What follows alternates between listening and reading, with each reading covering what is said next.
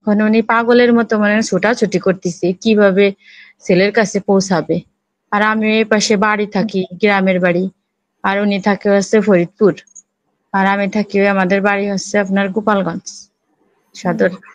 পরে আমি বাড়িতে ছটফট করি, কান্নাকাটি করি, আর ওর যে আম্মু আমি ইনকাম করে একটা বাড়ি করব, অনেক কষ্ট। ওর আব্বু একটু মুয়াজ্জিনি চাকরি করে, অনেক কষ্ট করে লেখাপড়া শিখেছি, অনেক বড় আলেম হবে, অনেক ভালো হবে, আল্লাহর লাইনে দিয়ে দিছি দিনের পথে, যে দুনিয়াও ভালো থাকবে আখিরাতেও ভালো থাকবে।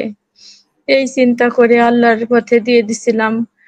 ওর আব্বু মুয়াজ্জিনি চাকরি করে, অনেক কষ্ট করে ছেলেরে পড়াশোনা করাইছি, ঢাকা শহরে ভালো মাদ্রাসায় পড়াইছি, কিন্তু আল্লাহ নসিবই নাই, তাই আল্লাহ নিয়ে গেছে। ফাউন্ডেশন আনতে আমাদের টাকা দেয়নি। এমনি এই যে জামাতের দিয়েছিল 2 লাখ, 2 লক্ষ টাকা। আবার ঈদের সময় যে ঈদের সামগ্রী দিয়েছিল, এই সময় চিনি, এই বিএনপিরা, তারপরে এই যে আপনার ফাউন্ডেশনের একটা গিফট দিয়েছিল, এই যে আপনার সেমাই, চিনি, জায়নামাজ এসব।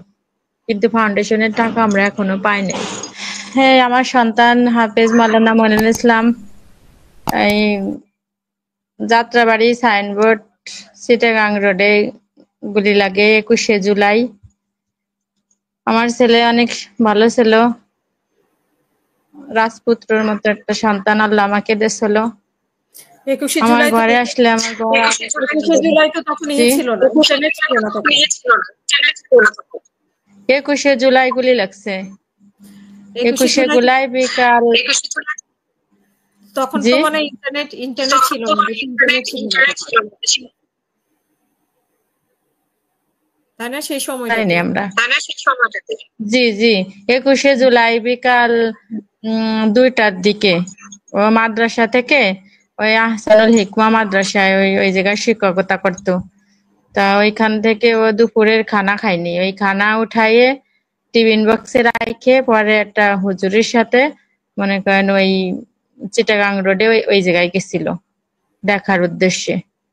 পরে ওইখান থেকে আর কি ওই ওই সময় মনে করেন উপর দিয়ে ভিডিও দেখছি আমরা 3টা 4টা হেলিকপ্টার মানে যাচ্ছিল, আর ওই যে টিয়ার সেল মারতেছিল, ওই টিয়ার সেলে মনে করেন সবার চোখ মুখ মনে করেন কিছু দেখতে পারতেছে না ওই সময়টা। পরে আমার ছেলে আর কি ওই দেখে পরে ও দৌড় দিছিল, বুঝছেন, দৌড়াচ্ছিল, আর ভিডিও আর কি আমরা দেখছি ও দৌড়াচ্ছিল। ওর সাথে যে হুজুরটা ছিল ওদের মানে একসাথে চাকরি করতো, তা ওই হুজুরটা আর ও হাত ধরা ছিল। তা যখন পিছন থেকে আর কি মনে করেন ওর ডান সাইডে ওই ঘেটির নিচে আর কি গুলিটা দেয়, গুলিটা লাগার সাথে সাথে ও যে হুজুরটা ওর হাত ধরা ছিল, ওই হুজুরটার হাত মনে করেন টাস করে ছুটে যায়, ওই হুজুরটাও ছিটকে ওইদিকে পড়ে যায়। আর আমার সন্তানও মনে করেন মাটিতে লুটে পড়ে, লুটে ছটফট করতে থাকে। পরে ওই হুজুরটা পিছনের দিক তাকায়ে কিছুক্ষণ পরে দেখে যে ও মানে ছটফট করতেছে। পরে উনি ভয়ে কাছে আসেনি তাড়াতাড়ি, পরে অনেকক্ষণ পরে আইসে ওরে ধরছে, মানে আমার সন্তানকে ধরছে। ধরার পরে ও আর কি ওনার হাতের পরেই মনে করেন অল্প একটু মনে করেন নড়াচড়া করছিল,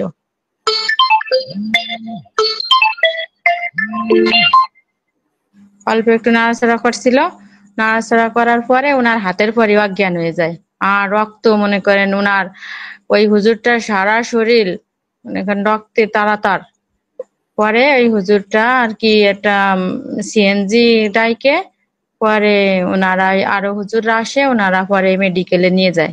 আগে একটা মেডিকেলে নেছে মানে প্রাইভেট, ওইখানে রাখে নাই, পরে ঢাকা মেডিকেলে নিয়ে যায়, সরকারি মেডিকেলে। পরে ওইখানে লাইফ সাপোর্টে মনে করেন পায় না।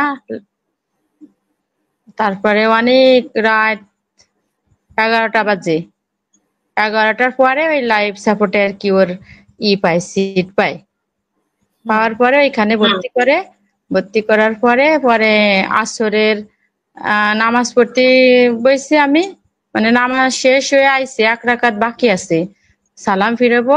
এর ভিতরে আর কি একটা ফোন আসে, আমার ফোনে একটা ফোন আসে। ফোন আসলে পরে আমি সালাম ফিরাইয়া ফোনটা রিসিভ করি। রিসিভ করার পরে এই মনে করেন শুনতে পাই যে আপনার সন্তানের গুলি লাগছে। তখন কেমন লাগে বলেন? তখন আর মনে করেন কিছুই বলতে পারি না ফোনে। তারপরে এর ভিতর ওর আব্বু আসরের নামাজ পড়ে। পড়ার পরে ওনার নামাজও শেষ হয়ে গেছে। মানে ওই নামাজের ভিতরে ওনার ফোন ভাইব্রেশন করা ছিল। মানে ওই বাজতে থাকে, মানে ওই ভাইব্রেশনের শব্দ আসে। পরে ওর আব্বু নামাজ শেষ করে উনি একটা মুয়াজ্জিনের চাকরি করে একটা মসজিদে। তা পরে ওনার ফোনে আর কি ওইভাবে ফোন আসতে পরে উনি না সালাম ফিরে নামাজ শেষ করে তারপরে ওই ফোনে আবার উনি ব্যাক করে, কল ব্যাক দেয়। ব্যাক দেওয়ার পরে ওনার আর কি ওই কথাই বলে যে আপনার ছেলের গুলি লাগছে। তখন উনি হ্যাঁ তখন উনি আর কি ওই মানে দাঁড়ানো ছিল। পরে উনি মানে বসে পড়ছে, আর কোনো কথা বলতে পারে না। তারপরে যে ইমাম সাহেব ছিল ওনার মসজিদে, আরো লোকজন ছিল, পরে ওনারে ধরে আর কি করে। পরে এখন উনি পাগলের মতো মানে ছোটাছুটি করতেছে কিভাবে ছেলের কাছে পৌঁছাবে।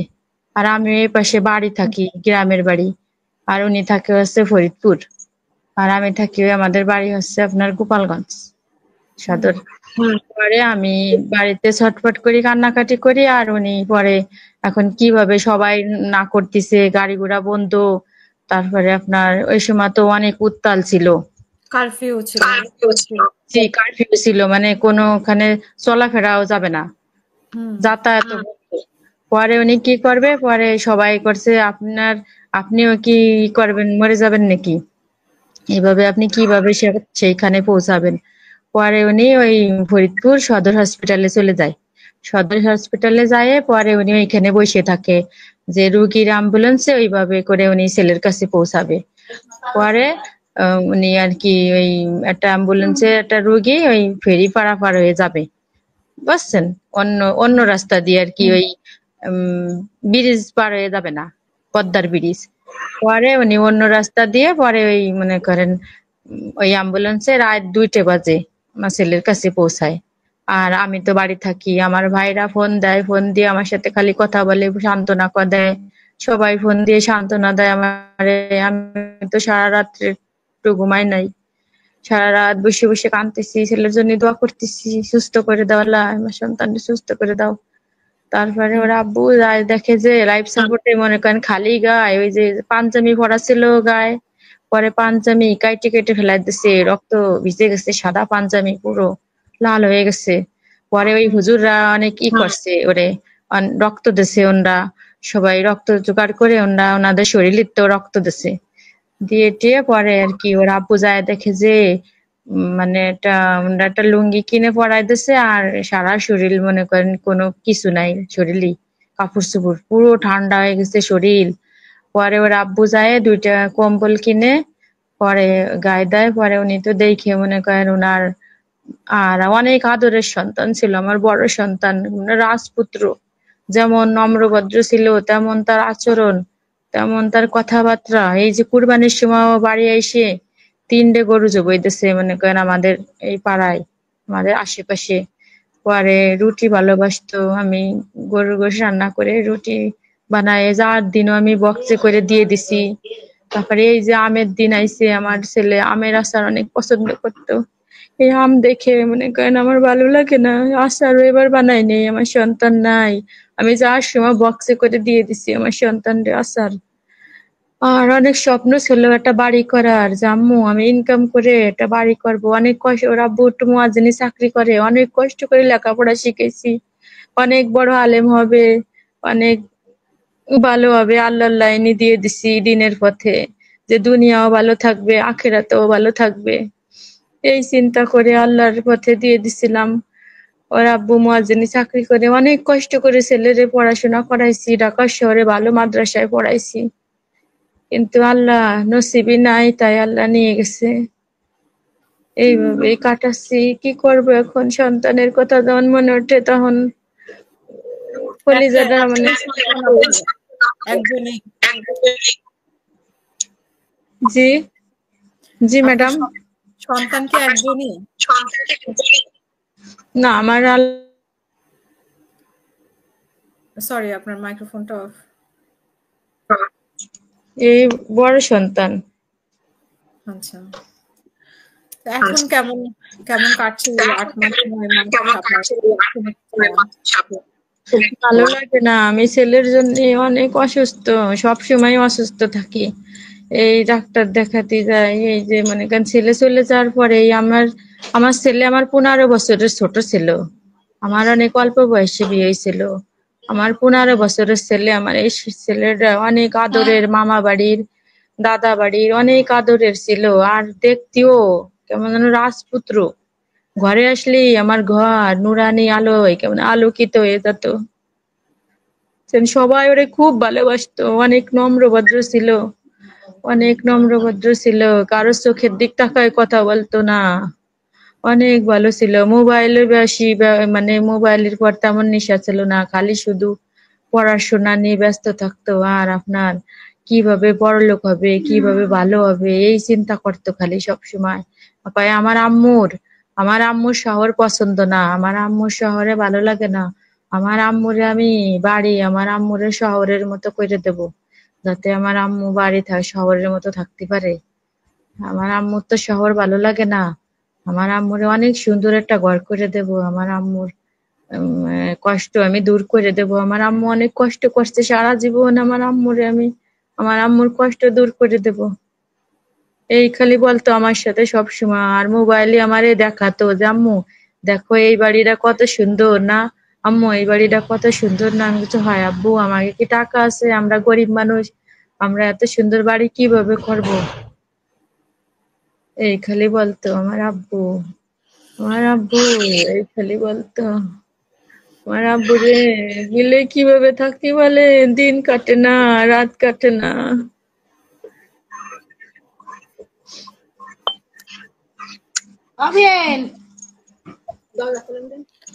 বুঝছো?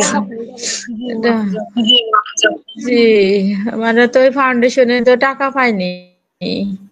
ফাউন্ডেশন আমাদের টাকা দেয়নি। এমনি এই যে জামাতে দিছিল 2 লাখ, 2 লক্ষ টাকা। আবার ঈদের সময় যে ঈদের সামগ্রী দিছিল, এই সেমাই, চিনি, এই বিএনপিরা, তারপরে এই যে আপনার ফাউন্ডেশনের একটা গিফট দিছিল, এই যে আপনার সেমাই, চিনি, জায়নামাজ এসব। কিন্তু ফাউন্ডেশনের টাকা আমরা এখনো পাই নাই। জি। ওর আব্বুও অসুস্থ হয়ে গেছে। একটু মুয়াজ্জিনি চাকরি করে না, ওনারও ব্রেনের সমস্যা। আগে অ্যাক্সিডেন্ট করছিল, পরে মাথায় সেলাই লাগা আছে 30-40টা। এখন সে মুয়াজ্জিনি চাকরিও করতে পারতেছে না, পাগল পাগল হয়ে গেছে, ব্রেনের সমস্যা হয়ে গেছে। এখন ভাবছিলাম কেন টাকাটুকু সাহায্য সহযোগিতা পালি উনি একটা বাড়ি এসে একটা দোকান দিয়ে একটু ব্যবসা বাণিজ্য করতো, না সংসার চলবে কেমনে। আর 2টা ছেলে পড়াশোনা করে, তাদের খরচ চালাতে হয়। ওই বড় ছেলেটা এই তো আন্দোলনের 5-6 দিন আগে আপনার ওই 10,000 টাকা পাঠাইছে। আমি কি খুশি হয়েছি, আমার আব্বু টাকা দিছে। কয় আম্মু বিকাশে দিছি পাঠাইয়ে, তুমি যাও বাজারে যাই তুলে নিয়ে আসো। আমি দৌড়ে চলে গেছি, আমার আব্বু টাকা পাঠাইছে, আমি টাকা উঠে আনতে গেছি। সেই টাকা নিয়েই আমার আব্বুরে আমি চিকিৎসা করছি। টাকা চলে গেছি। পরে ওই আন্দোলনের পরের দিন, আমার আব্বুর গুলি লাগার পরের দিন আমি চলে গেছি আমার বাপের বাড়ি যাই। পরে ওইখানতে আমার ভাইরা আমার একা ছাড়বে না। পরে আমি বলছি না, আমি মরে যাই যাব, কিন্তু আমার আব্বার কাছে আমি পৌঁছাবো, আমারে খালি গাড়িতে উঠাই দেন, আমি চলে যাই আমার বাবার কাছে। পরে আমার ভাইরা 2 ভাই মিলে আমারে গাড়িতে উঠাইতেছে। পরে আমি চলে গেছি, যাই ঢাকা যাই একা একা হারাই গেছি, চিনি না হসপিটাল।